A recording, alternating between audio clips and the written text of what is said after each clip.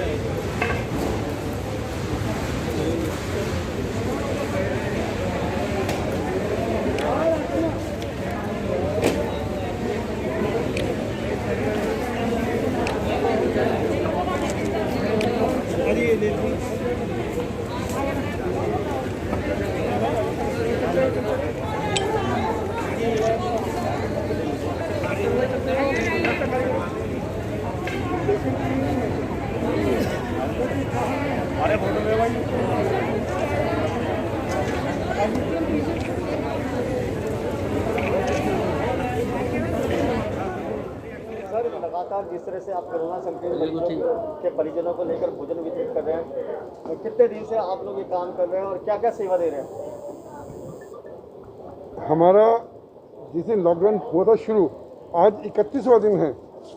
31 दिन से यहाँ पर लगातार सुबह दोपहर शाम को हम लोग भोजन की व्यवस्था कर रहे हैं, सैनिटाइजर की व्यवस्था कर रहे हैं, साबुन की व्यवस्था कर रहे हैं, फ्रूटी, पानी, फल और चाय की व्यवस्था कर रहे हैं। जो हमारी पूरी टीम है, इसके माध्यम से हम ये काम कर रहे हैं। भोजन के लिए केपी फाउंडेशन और हमारे चर्चा ग्रुप है, उनका पूरा सहयोग मिल रहा है। हमारे साथ में जो भी हमारी टीम के कार्यकर्ता हैं, तन मन धन से यहाँ लगे हुए हैं और सबने शपथ ली है आखिरी दिन तक, जब तक यहाँ पर ये काम चलेगा हम सब यहाँ पर ये काम करेंगे।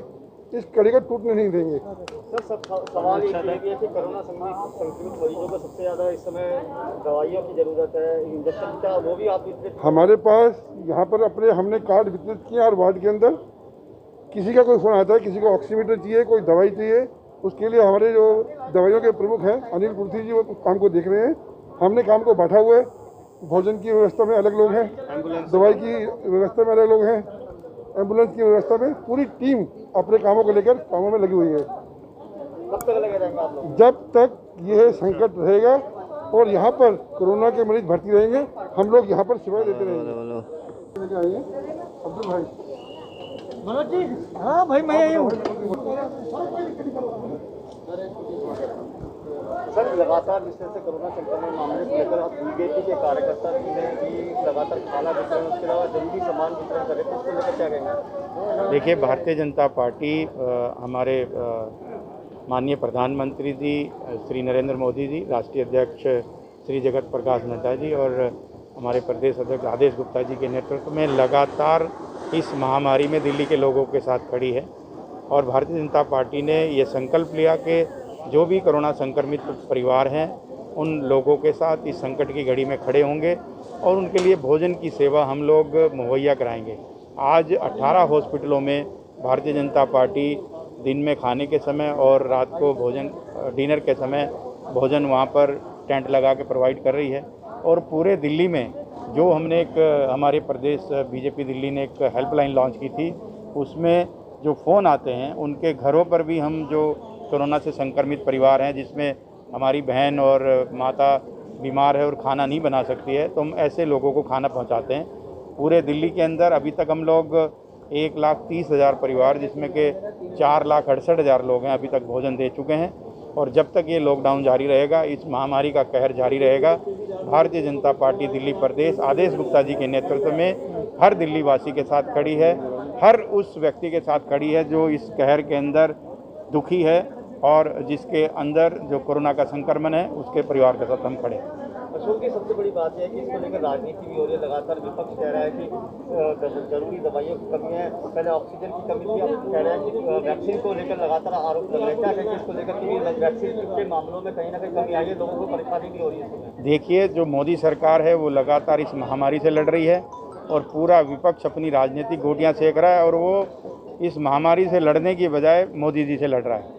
जब ये वैक्सीनेशन आया था तो इन्हीं लोगों ने, जो कांग्रेस के लोग हैं, जो हमारे समाजवादी पार्टी के लोग हैं, दूसरी पार्टी के लोग हैं, इन्होंने इसका मजाक उड़ाया था। ये कहा था ये बीजेपी की वैक्सीन है, ये मोदी की वैक्सीन है, किसी ने कहा था ये सुरक्षित नहीं है। और आज जब इस देश में सभी को वैक्सीन लग रही है, अभी तक 18 करोड़ से ज़्यादा लोगों को लग चुकी है, ये लोग एक पैनिक क्रिएट करना चाहते हैं। ये लोग देश के साथ नहीं है, देश की इमेज खराब करना चाहते हैं। इसको लेकर दिल्ली में कई जगह पोस्टर भी लगे थे कि हमारी वैक्सीन को लेकर वहाँ पर विदेशों में भेजिए, उसको लेकर क्या करेंगे? यही मैं कह रहा हूँ, ये लोग राजनीति कर रहे हैं। जब वैक्सीन भारत में शुरू हुई थी, ये वैक्सीन का मजाक उड़ा रहे थे और आज उसी वैक्सीन को लेकर मोदी जी को या भाजपा को कटघरे में खड़ा करने की कोशिश कर रहे हैं। लेकिन देश की जनता इनको देख रही है, इनका मजाक आने वाले चुनाव में उड़ाएगी।